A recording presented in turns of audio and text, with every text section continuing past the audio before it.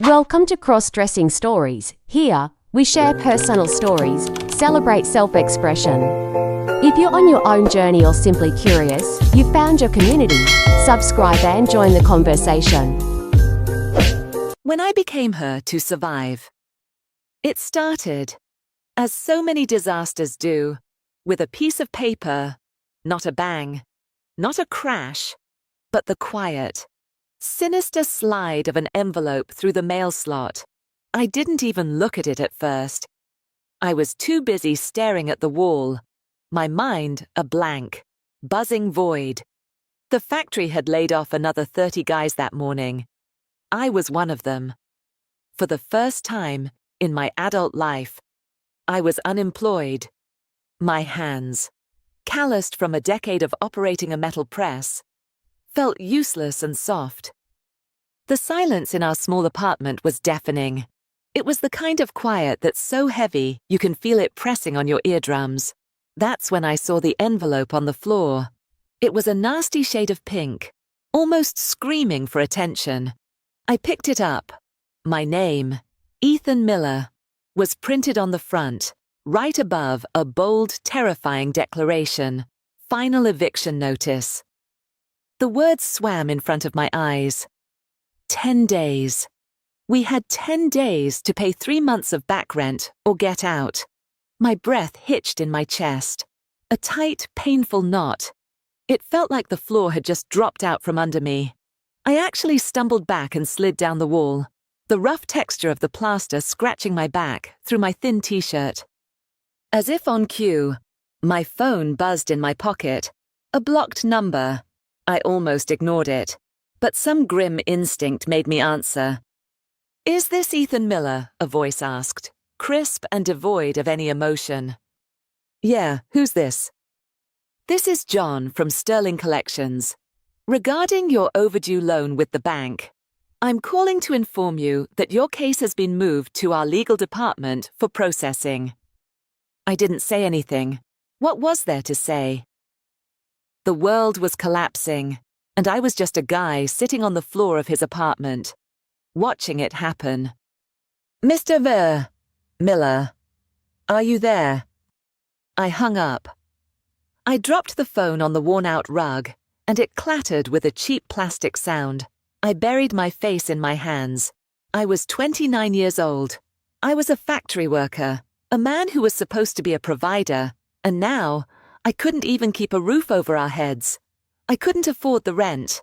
I couldn't afford Lila's medication for her asthma. The weight of it all was crushing me, turning my bones to dust. I was failing at everything. That's how Lila found me. She walked in, her arms full of a single grocery bag, all we could afford for the next few days, and stopped dead. Her face, usually so full of life and warmth, crumpled with worry.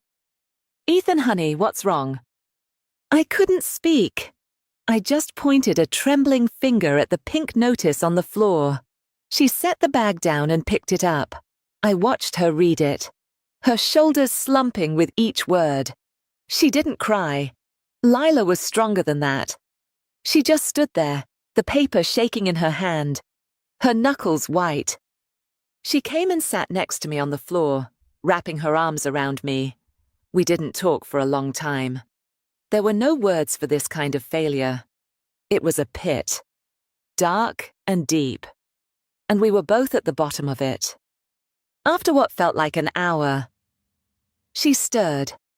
She had her phone in her hand, her thumb scrolling absently through some job search app.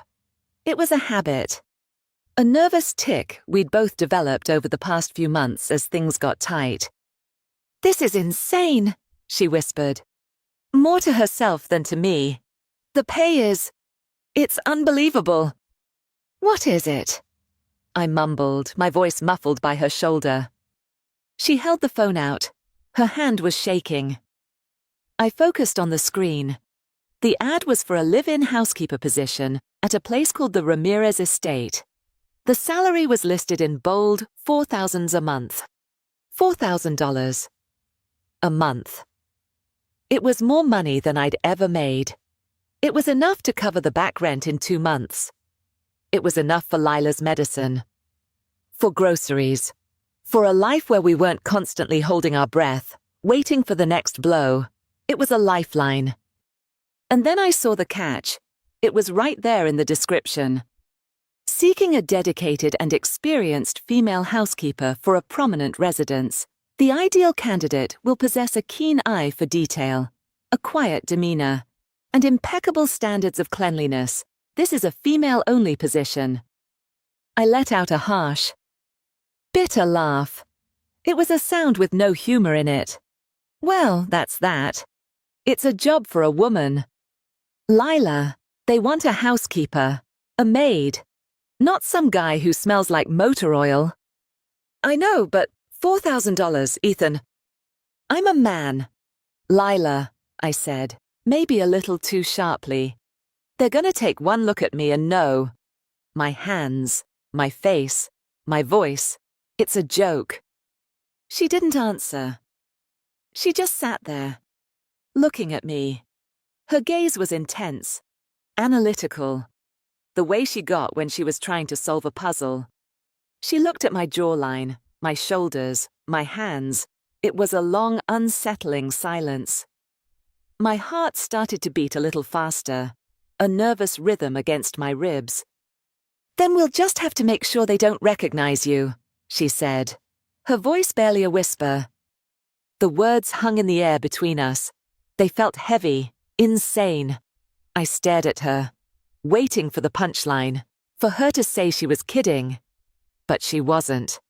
Her expression was dead serious. What are you talking about? I asked, my voice cracking. I'm talking about saving our home, she said, her own voice gaining a sliver of desperate strength. I'm talking about an opportunity. It's crazy. I know. It's insane. But what other choice do we have? Ethan, are we going to be on the street in 10 days? I felt my heart plummet. It wasn't just falling.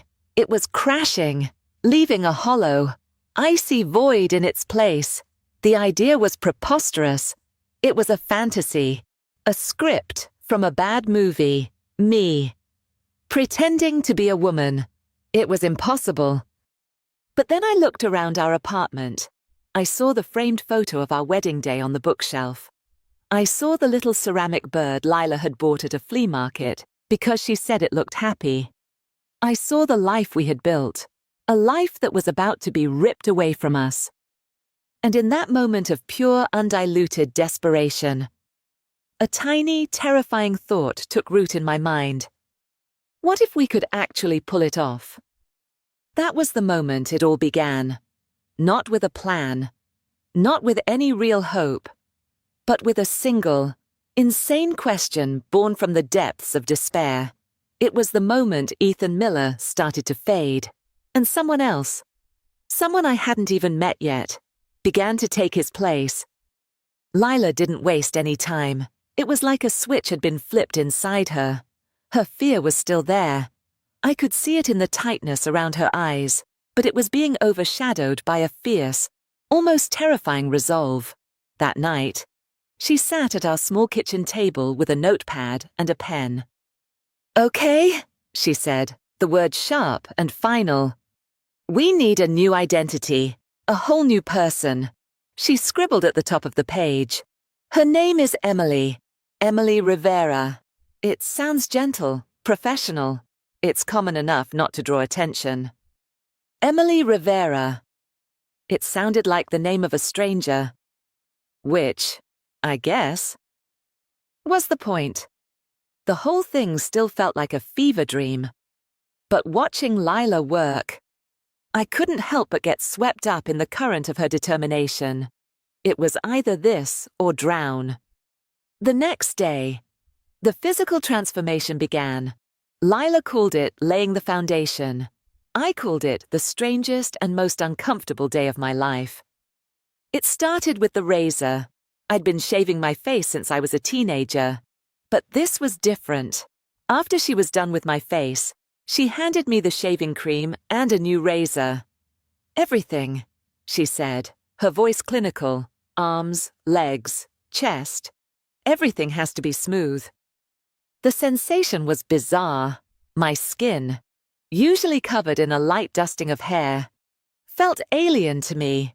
It was slick, unnervingly smooth under my own touch. When a breeze from the open window hit my legs, I shivered. It felt like my entire body had become hypersensitive, every nerve ending exposed to the world for the first time. Next came the eyebrows. She sat me down on a stool in the bathroom, a pair of tweezers in her hand. "This is going to hurt," she warned. She wasn't kidding. Each pluck was a sharp, stinging pinch. She worked with intense concentration, reshaping my thick, straight brows into a softer, more delicate arch. I squeezed my eyes shut, my hands gripping the edge of the stool until my knuckles were white.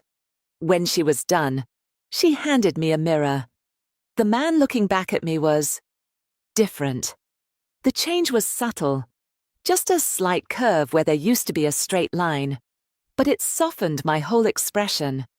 It was the first time I felt a genuine jolt of unease. My own face was starting to look like it belonged to someone else. The most challenging part of that first day, though, was the corset. Lila had bought it online with the last of our emergency credit card balance. It was a formidable piece of engineering, all laces and boning. "This will give you a waist," she explained. Holding it up, it's the most important part of the silhouette. She had me hold onto the doorframe as she laced me into it from behind, pulling the strings tighter and tighter. The pressure was immense. I couldn't take a full breath. It felt like a vice was squeezing my torso, pushing my ribs into a new, unnatural position. I gasped, trying to draw in air. I can't breathe. Lila." "You'll get used to it," she said, though she sounded a little worried herself. "Just take small, shallow breaths. From your chest, not your stomach." It was agonizing. A dull, constant ache settled into my ribs. But she was right. It did create a waist. When I looked in the full-length mirror, the shape was undeniably different. Less of a blocky, masculine frame, and more of a subtle hourglass. Then came the silicone breast forms. She'd ordered them from the same website. They were heavy and cool to the touch. She showed me how to slip them into the pockets of a special padded bra. The sensation of them pressing against my skin was just weird. A cold, gelatinous weight on my chest. They looked surprisingly real under the clothing. A subtle but definite feminine shape on my otherwise masculine frame. Lila then handed me a pair of sheer stockings. The material felt impossibly thin and delicate in my rough hands. "Careful," she warned. "They'll run easily." Sliding them on was another alien experience. The smooth, silky fabric glided over my newly bare legs, feeling like a second skin. It was nothing like the coarse denim of my work jeans or the soft cotton of sweatpants. My legs looked different, smoother, more defined in a way I'd never seen before. The final piece of the physical construction was the wig. It was long, falling just past my shoulders. In a soft mocha brown color, Lila carefully placed it on my head, adjusting it so the hairline looked natural. The weight of it was the first thing I noticed. Then, as I turned my head, strands of hair brushed against my cheek and the back of my neck. I flinched, a full-body shiver running down my spine. I'd never had hair long enough to touch my shoulders. The sensation was distracting, a constant, soft reminder that this wasn't my body. I was wearing a costume. When I looked in the mirror this time, with the corset, the bra, the stockings, and the wig, I saw a stranger's silhouette. It was a tall, slightly awkward woman with broad shoulders, but the shape was there. It was the outline of a woman, but the face was still mine, just with better eyebrows. That was about to change. "Sit," Lila commanded, pointing to the stool again. She laid out an arsenal of brushes, palettes, and tubes on the bathroom counter. It looked like a painter's toolkit. "Now for the hard part. Don't move." For the next hour, She worked on my face with the focus of a surgeon. She started with a cool, liquid foundation that smelled faintly of flowers, blending it into my skin and erasing the day-old stubble shadow and the slight redness on my nose. The feeling of the soft sponge dabbing at my face was oddly soothing. Then came the contouring. "Your jaw is too strong," she murmured, more to herself than to me. "We need to soften it." She used a darker powder to create shadows along my jawline and at my temples, and a lighter one, a highlighter, to draw a thin, straight line down the bridge of my nose, making it appear narrower. She chose a palette of soft pastel eyeshadows, pinks and light browns to give my eyes a gentler, wider appearance. The tickle of the brush on my eyelids made me want to flinch, but I held still, trusting her. She finished with a thin line of brown eyeliner. "Not black," she said, because it was less harsh, and a coat of mascara that made my short, unremarkable lashes look longer and thicker. The last step was the lipstick. It was a simple, light pink shade, with a coat of clear gloss over it. My lips felt slick and slightly sticky. "Okay," she said, her voice soft with a hint of awe. "You can look now." I took a deep breath, or as deep a breath as the corset would allow, and opened my eyes. And my world tilted on its axis. The person looking back at me from the mirror was not Ethan Miller. It was someone else entirely. Her face was oval-shaped, with large, soft brown eyes. Her lips were full and slightly shiny. Her jaw was there, but it didn't seem as square or aggressive. The combination of the arched eyebrows, the subtle makeup, and the cascade of mocha-colored hair had completely erased the man I knew. This was Emily Rivera, and she was pretty. I couldn't tear my eyes away. I raised a hand to my face, and her hand moved in the mirror. I touched my cheek, my skin feeling impossibly smooth under my fingertips. A tremor started in my hand and spread through my entire body. I was shaking. It was a deep, uncontrollable shudder born of pure, unadulterated shock. My mind was screaming, "That's not me." But my eyes were telling a different story. It was terrifying. I felt a wave of nausea and panic. What were we doing? This was insane. I was a fraud, a man in a costume. And any second, the whole illusion would shatter. But underneath the panic, there was something else. A flicker of something. It wasn't pride, and it wasn't pleasure. It was a strange sense of detachment, of being hidden. The man in the mirror, Ethan, the one with the eviction notice and the collection agency calls, was gone. In his place was this woman, Emily. And in that moment, she had none of his problems. This soft, unfamiliar shell felt safe. "Okay, now we practice." Lila's voice cut through my trance. The next few days were a blur of training. Lila became my coach, my director, my harshest critic. She made me walk up and down our tiny living room in a pair of low, sensible heels she'd bought. "Stop stomping. Ethan, you're not walking into a factory. Lighter steps. Move from your hips. Let them sway a little. Not that much. You look like you're trying to put out a fire." It was exhausting. Every natural instinct I had was wrong. I had to learn to sit, to stand, to bend over without looking like a man. She made me practice household chores. "No, no," she'd say as I grabbed a broom. "Don't grip it like a baseball bat. Hold it gently. Your movements need to be efficient, but graceful." We spent hours on the voice. My normal speech was too low, too gravelly. She made me practice speaking in a higher register, not a fake falsetto, but a softer, breathier tone. I had to repeat phrases over and over again. The one for the interview was the most important. "Buenos dias. Señora Ramirez." I'd say, my voice cracking. Softer, Lila would command. More respectful, put a little smile in your voice. Buenos dias, Señora Ramirez. I'd try again. The sounds feeling foreign and ridiculous in my mouth. By the end of the week, I was emotionally and physically drained. I felt like an actor rehearsing for the most important role of his life. A role he was certain he was going to fail.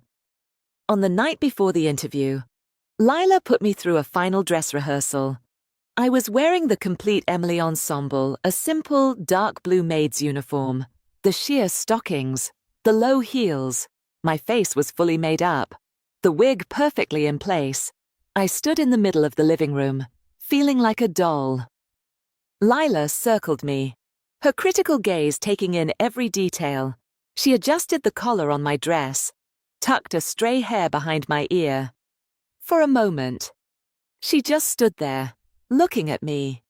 Her professional demeanor seemed to melt away, replaced by something I couldn't quite read. Her cheeks had a faint pink blush. Ethan! I mean, Emily! She stammered, catching herself. You look prettier than I thought you would. The comment caught me off guard. It wasn't a compliment from my wife to her husband. It felt like something else. Something spoken to the woman standing in front of her. A strange heat rose in my own cheeks. For the first time. This didn't feel like just a desperate, crazy plan. It felt real. And the reality of it was more bewildering than I could have ever imagined. There was an odd, unexpected current of attraction in the air. A bizarre fascination with the transformation. She reached out and gently touched my cheek, her fingers tracing the line of my jaw that she had so carefully softened with makeup. You can do this, she whispered, her voice full of a hope that I desperately wanted to borrow. You just have to be her. Just for a little while. I looked at her, my tough, beautiful wife, and for the first time, I allowed myself to believe that maybe, just maybe, we could. The Ramirez estate wasn't just a house, it was a fortress. Wrought iron gates glided open as my taxi pulled up, revealing a long winding driveway lined with immaculate rose bushes. The mansion itself was a sprawling Spanish-style behemoth of white stucco and red tile, looking like it had been plucked from the hills of Andalusia and dropped into the most expensive part of the city. My heart was a frantic drum against the steel cage of my corset. Every shallow breath I took was a conscious effort. I paid the driver with trembling hands, my fingers fumbling with the cash. As I stepped out onto the pristine cobblestone driveway, the low heels felt treacherous, threatening to betray me with every step. I smoothed down the front of my simple black dress, the one Lila had chosen for the interview, conservative, professional, and utterly anonymous. The massive oak front door was opened before I could even ring the bell. A stern-looking woman in a crisp grey uniform eyed me up and down. Emily Rivera, she asked. Her voice clipped. Yes, that's me, I squeaked, my voice coming out at least an octave higher than I intended. I cleared my throat and tried again, aiming for the soft, measured tone Lila and I had practiced. Yes, I'm here to see Mrs. Ramirez. She led me through a cavernous foyer with a marble floor so polished I could see my own terrified reflection in it. The air smelled of lemon oil and old money. We didn't stop in a sitting room or an office. Instead, she led me straight into a massive sun-drenched kitchen. And there she was. Mrs. Veronica Ramirez was in her late 50s, with salt and pepper hair pulled back into an elegant, severe bun. She wore a simple but obviously expensive silk blouse and tailored trousers. She wasn't looking at me. She was intently polishing a single silver teaspoon with a soft cloth. She didn't acknowledge my presence for a full 30 seconds, letting the silence stretch until it was almost unbearable.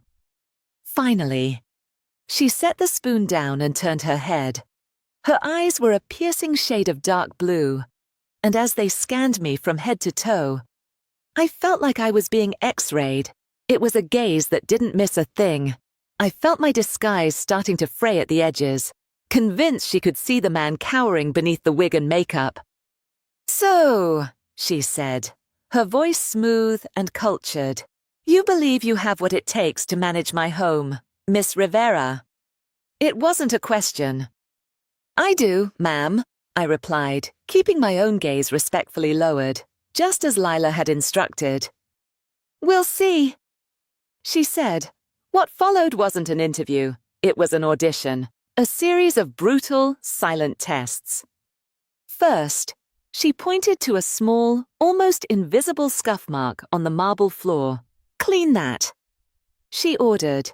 A bucket, a cloth, and 3 different unmarked bottles of cleaning solution were already sitting on the counter. It was a test.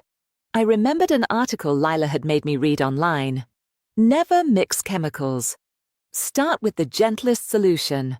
I chose the clearest liquid, applied a small amount to the cloth, and began to work on the floor using the 3-step method Lila had drilled into me, a circular motion to lift the stain, a straight wipe to clear the residue, and a final buff with a dry part of the cloth to shine. I did it all from a kneeling position, trying to keep my back straight and my movements graceful, acutely aware of her eyes on me the entire time. Next, she led me to a linen closet stacked high with towels. "Fold these," she said, pointing to a messy pile on a table. "Hotel standard." My hands, which were used to gripping heavy machinery, suddenly felt clumsy and huge. I took a deep breath and began, folding each towel into the tight, perfect rectangles I had practiced with our own worn-out bath towels for hours. She tested me on setting a tea table, arranging flowers, and even how I drew the heavy velvet curtains in the library, a single, smooth pull, no indecisive tugging. Each task was a minefield. The corset was digging into my ribs, my feet were aching in the heels, and a single drop of sweat was threatening to trail down my temple and ruin my makeup. I was performing femininity under a microscope, and it was the most demanding physical work I had ever done. Finally, she led me to her private study. It was a beautiful room, filled with books and antique furniture. She sat down behind a large mahogany desk and gestured for me to take the chair opposite her. For the first time since I arrived, she looked at me not as a potential employee, but as a person, and it was terrifying. She folded her hands on the desk and leaned forward slightly, her sharp blue eyes locked onto mine. "Is there anything you want to be completely honest with me about?" "Emily," she asked, her voice quiet but carrying an immense weight. My blood ran cold. The world stopped. This was it. She knew. The game was up. I could feel the truth clawing its way up my throat, a desperate confession ready to burst out. My carefully constructed facade was crumbling. "I'm a man. My name is Ethan. My wife is sick, and we're about going to be homeless," a voice screamed inside my head. I opened my mouth, ready for the dam to break. My entire body tensed for the impact of the confession. But then, after 3 seconds that stretched into an eternity, a warm, genuine laugh filled the room. Mrs. Ramirez leaned back in her chair, a smile softening the severe lines of her face. "Oh, you poor dear," she said, her tone suddenly kind. "You're just terrified, aren't you? I like that. It means you care. You're not overconfident. You take this seriously." The relief that washed over me was so total, so absolute, that I almost passed out. I felt lightheaded, my vision swimming for a second. She thought my existential terror was just a bad case of nerves. "Emily," she said, her voice turning professional again. "You're hired. Your duties begin tomorrow evening.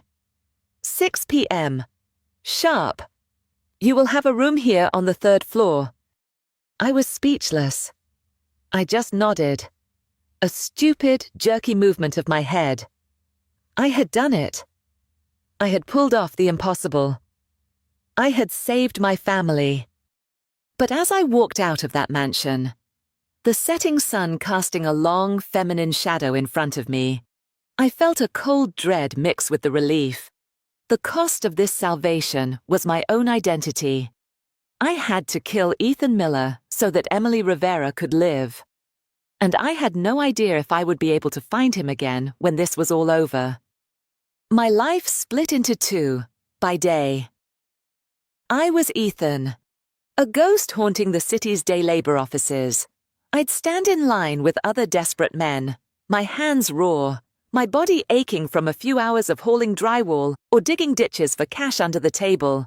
I was invisible, another down-on-his-luck guy, my face grim, my shoulders slumped under the weight of the world. The men I worked with talked about sports and women, and I'd just nod along, a stranger in my own skin. But every day, around 4:30, I would come home, scrub the grime from under my fingernails, and begin the ritual. The transformation into Emily became a ceremony, a structured process that marked the boundary between my two lives. Each step was a layer, not just of clothing, but of personality. It started with the corset, the familiar vice-like hug as I laced it tight, forcing my posture to change, my breathing to become shallow and controlled. It was a physical reminder, you are not Ethan anymore. Ethan breathes from his belly, Emily breathes from her chest. Then came the soft whisper of the silk stockings sliding up my legs, held in place by a garter belt whose delicate clasps I could now fasten with my eyes closed. The sensation of the lace against my skin was a world away from the rough canvas of work pants. The padded bra and silicone forms came next, settling a now familiar weight onto my chest. I would put on the simple black uniform with its crisp white apron. It felt like a suit of armor. And finally, the wig. The moment the soft mocha hair fell around my shoulders, the transformation was complete. I would look in the mirror, and Ethan would be gone, replaced by the quiet, competent face of Emily Rivera. The psychological shift was as stark as the physical one. The desperation and exhaustion of my day dissolved, replaced by Emily's calm focus. Life at the Ramirez estate was an alternate reality. The house was a quiet, orderly universe, and Mrs. Ramirez was its sun. My duties were demanding, but clear. I cleaned. I polished. I organized. I learned to anticipate her needs. To have her afternoon tea ready the moment she returned from her charity meetings, to ensure the flowers in the foyer were always fresh. And a strange thing began to happen. Mrs. Ramirez started to talk to me. At first, it was just small things, comments about the weather, or an instruction about dinner. But soon, she began to confide in me. She'd sit in the kitchen while I polished the silver, telling me about her late husband, about her estranged son, about the petty dramas of her social circle. "You're a good listener. Emily, dear," she told me one evening, her voice softer than I'd ever heard it. It's a rare quality. No one had ever called Ethan Miller a good listener. No one had ever called me dear. In my world, men didn't talk about their feelings. They grunted, postured, and competed. But as Emily, I was a confidant. I was valued not for my strength, but for my quiet presence, my patience, my attention to detail. And the most dangerous thing of all started to happen. I began to like it. I liked the peace and quiet of the mansion. I liked the satisfaction of a perfectly folded napkin, a gleaming floor. I liked the feeling of the soft uniform against my skin. I liked the respect in Mrs. Ramirez's voice. In this house, as this woman, I was competent. I was appreciated. I was successful. As Ethan, I was none of those things. The transition back to being Ethan at 2 a.m. became the hardest part of my day. Peeling off the layers felt like ripping off a protective skin. The wig came off, and my short, thinning hair was a shock. The makeup was wiped away, revealing my tired, masculine face. The corset was unlaced, and with a deep shuddering gasp of a full breath, the crushing weight of my real life came flooding back in.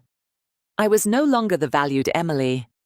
I was just Ethan, the failure, the imposter, lying in the dark next to his sleeping wife, the scent of her perfume a faint, alien smell on his skin. The line began to blur on a Tuesday. I was at home, making coffee in the morning, still dressed as Ethan in an old t-shirt and jeans. I reached for a mug on the top shelf, and instead of just grabbing it, I found myself rising onto the balls of my feet, my back straight, my arm extending in a graceful arc. It was a movement I had perfected as Emily to avoid wrinkling my uniform. I froze, my hand hovering in the air, a sudden cold shock running through me. It wasn't a conscious thought. It was muscle memory. My body had learned to be Emily even when my mind wasn't. Later that week, as I was looking in the bathroom mirror, getting ready to head out for another grueling day of searching for temp work, I noticed a smudge on the glass. I picked up a cloth to wipe it and, looking at my reflection, I thought to myself, I need to make sure she looks presentable. For a split second, I didn't realize who she was. She was me. I had referred to my own reflection as a woman. Lila saw it. Too. She didn't say anything at first, but I could feel her watching me. She saw the way I started to unconsciously hold my hands, my fingers resting together delicately instead of clenched in a fist. She saw the way I'd catch a glimpse of myself in a shop window and instinctively check my hair, even though it was just my own short buzz cut. The breaking point came one Saturday. There was no work, and I didn't have to be at the estate until evening. I was just Ethan, all day, and I was miserable. The pressure was suffocating. The bills were still piled up, a constant, silent accusation on the kitchen table. I was short with Lila, pacing the small apartment like a caged animal.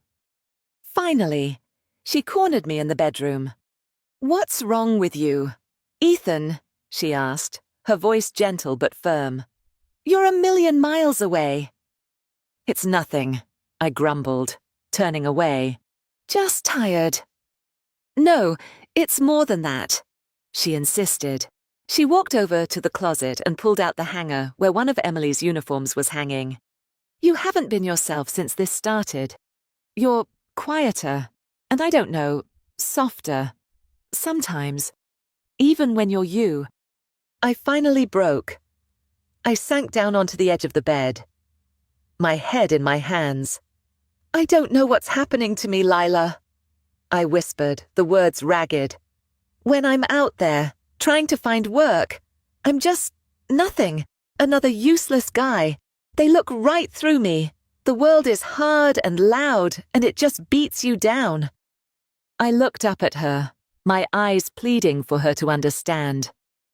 "But when I'm Emily, everything is different. The world is quieter. People are kinder. Mrs. Ramirez, she talks to me. She listens to me. As Emily, I can fix things. I can make things clean and orderly. Everything is simple. Everything makes sense. It's easier to breathe." I expected to see fear in her eyes, or jealousy, or even disgust. But instead, I saw a deep, aching sadness. She came and sat next to me, taking my rough hand in hers. "Oh, Ethan," she said softly, "you're not finding it easier to be a woman. You're finding it easier to be someone who's valued." Her words hit me like a punch to the gut. She wasn't jealous of Emily. She was worried about Ethan. She was worried that the man she loved was disappearing into a role that was born out of desperation, a role that was now offering him a piece he couldn't find as himself.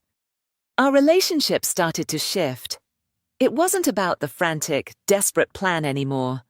It became something quieter, more intimate.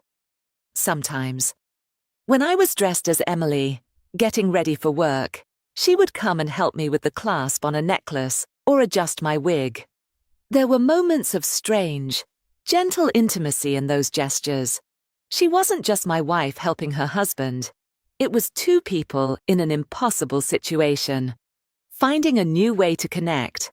She was exploring this new, softer side of the man she loved, a side that only Emily was allowed to show the world. And in her acceptance, I found a small anchor in the swirling confusion of my own identity. I was no longer just Ethan pretending. Emily was becoming a real part of who I was. About a month into my tenure, Mrs. Ramirez made a special request. She was hosting her annual charity gala at the estate, a massive affair for the city's elite. "I won't be needing you to clean that night, Emily," she said, her tone businesslike. "I'll need you at the front, assisting me, greeting guests, taking coats, ensuring everything runs smoothly. You'll need to look the part." Look. The part was an understatement. The next day, a box arrived from a high-end boutique. Inside was a dress that took my breath away. It was a floor-length gown of deep, midnight blue satin that shimmered under the light. It was elegant and simple from the front, but the back was cut daringly low, a soft cowl that would expose the smooth skin of my back down to the top of the corseted waist. The skirt was cut to cling, designed to hug the hips and flare out slightly at the bottom. When Lila helped me into it that night, zipping it up over the most restrictive corset I had ever worn, I looked in the mirror and felt a genuine surge of panic. The woman staring back at me was a complete stranger. She was elegant, poised, and beautiful. The dress, combined with the corset and the breast forms, created a stunning, classically feminine silhouette. My broad shoulders, which I was always so conscious of, were balanced by the soft curves the dress created. With my hair swept up in an elegant twist and the subtle, smoky makeup Lila had applied, I was unrecognizable. This wasn't a maid's uniform. This was a transformation into a different class, a different world. I wanted to tear it off and run. The gala was a whirlwind of champagne, quiet orchestral music, and the low hum of powerful people making conversation. I stood near Mrs. Ramirez, my posture perfect, a polite, serene smile fixed on my face. I took coats made of cashmere and fur, my movements fluid and practiced. And for the first time, I was seen, not as a servant, but as a woman. Several older, distinguished-looking men smiled at me, their eyes lingering with an appreciative gleam. "You look lovely tonight, my dear," one of them murmured as I took his coat. Later in the evening, a gentleman in his 60s with kind eyes and a silver mane of hair approached me. "I hope this isn't too forward," he said, his voice a low, warm rumble. "But my wife is busy with her charities, and they are playing my favorite waltz. Would you do me the honor of a dance?" My heart leaped into my throat. I couldn't, but Mrs. Ramirez, who was standing nearby, gave me a subtle, encouraging nod. Terrified, I placed my hand in his. He led me to the dance floor, his hand resting gently on the bare skin of my lower back.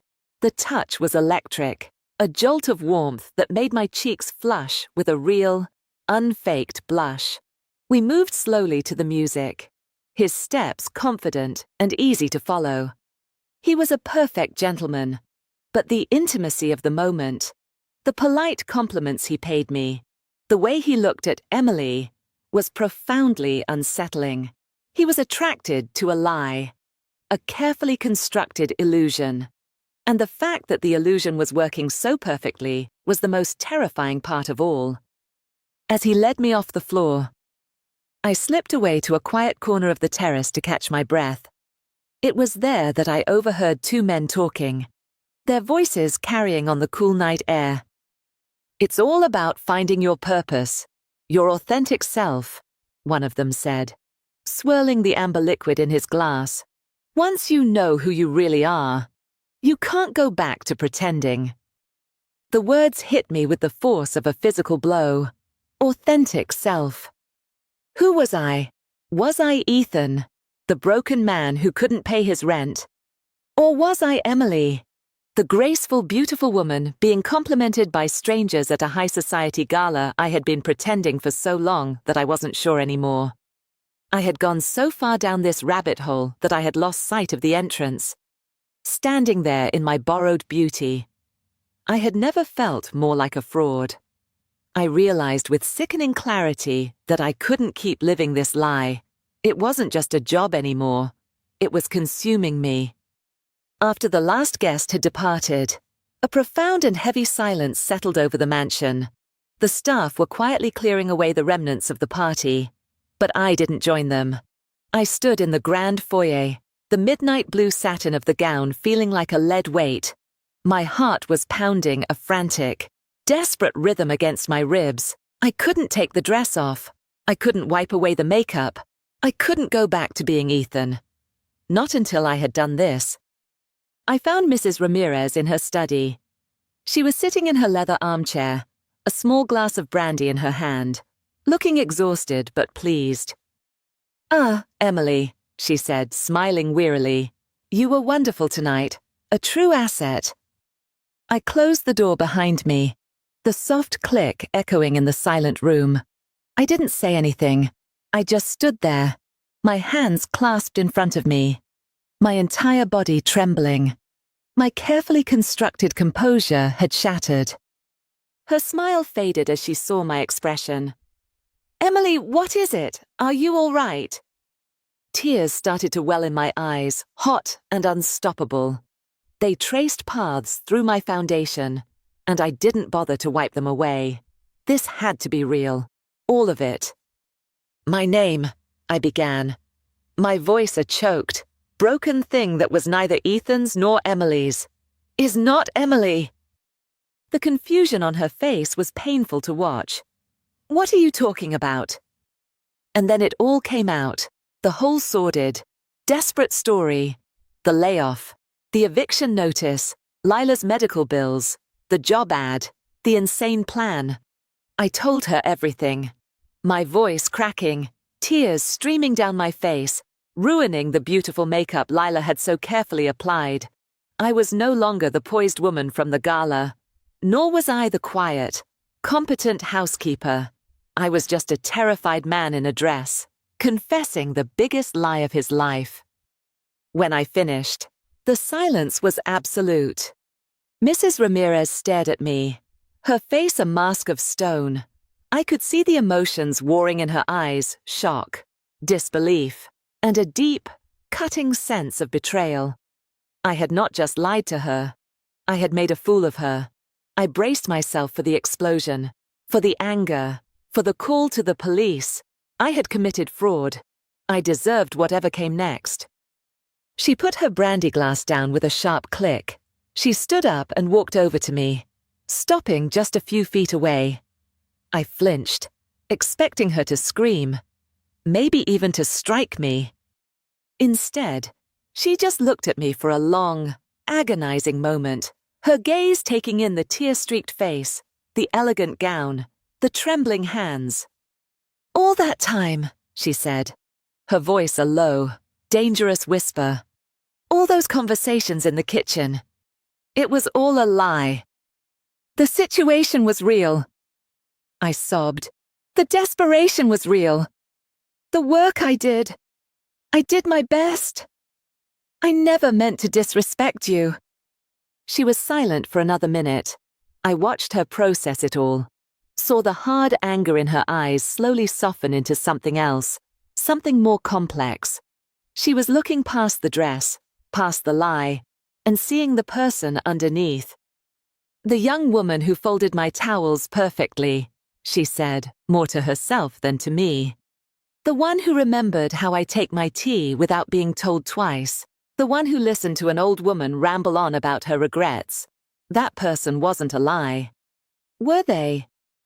I shook my head, unable to speak. She let out a long, slow breath, a sound of profound weariness. I may have been mistaken about your identity, she said, her voice regaining some of its strength. But I do not believe I was mistaken about your character. She walked back to her desk and stood behind it, a queen on her throne, deciding my fate. My life hung in the balance of her next words. You have put me in an impossible position, she said. But I am not a cruel woman. She looked me straight in the eye, her gaze sharp and unwavering. If you wish to continue working here, you may, but the deception ends tonight. You will come to work as yourself. You can be Ethan or you can be Emily. The choice is yours. I will not force you. I collapsed, not to the floor, but inwardly. The strength that had held me together dissolved, and I just stood there, a weeping, broken man in a beautiful blue dress, humbled by an act of mercy I had in no way earned. She was offering me not just a job, but a choice, a chance to decide who I was meant to be.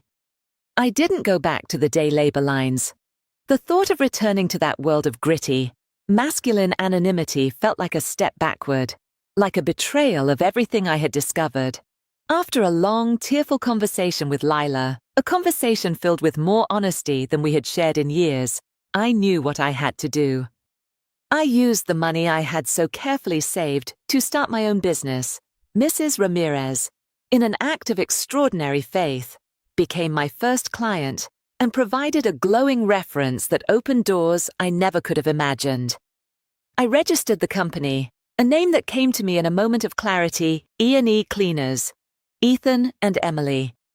My life found a new rhythm, one that wasn't split between two desperate extremes. It was integrated. On days when a client needed heavy furniture moved or carpets deep cleaned with industrial machines, I would arrive as Ethan, in practical work, pants and a polo shirt bearing my new company logo. My hands were still rough, but now they were the hands of a business owner, not a desperate laborer. And on days when a client needed a home prepared for a delicate event, a meticulous deep clean of fine china and silver, or the kind of detailed, thoughtful organization that had earned Mrs. Ramirez's trust, I would arrive as Emily. Her uniform was now a crisp, professional gray. Her hair was always neat, her movements calm and efficient. She was no longer a disguise born of desperation. She was the face of the premium, detail-oriented side of my business. She represented a skill set I had earned, a part of myself I was no longer ashamed of. Lila was my partner in all of it. She managed the books, answered the calls, and was the unshakable foundation on which I rebuilt my life. Our love, which had been tested by poverty and deception, was now stronger and deeper.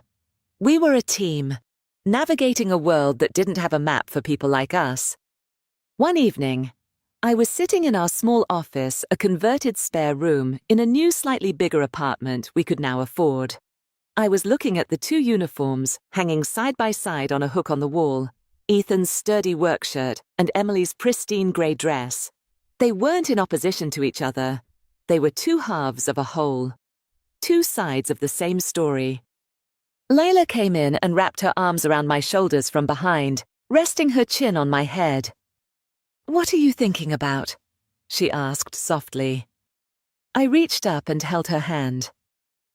"I'm thinking about how it all started," I said, my voice quiet. "I thought I had to become someone else to survive. I thought I had to pretend to be a woman to save our home."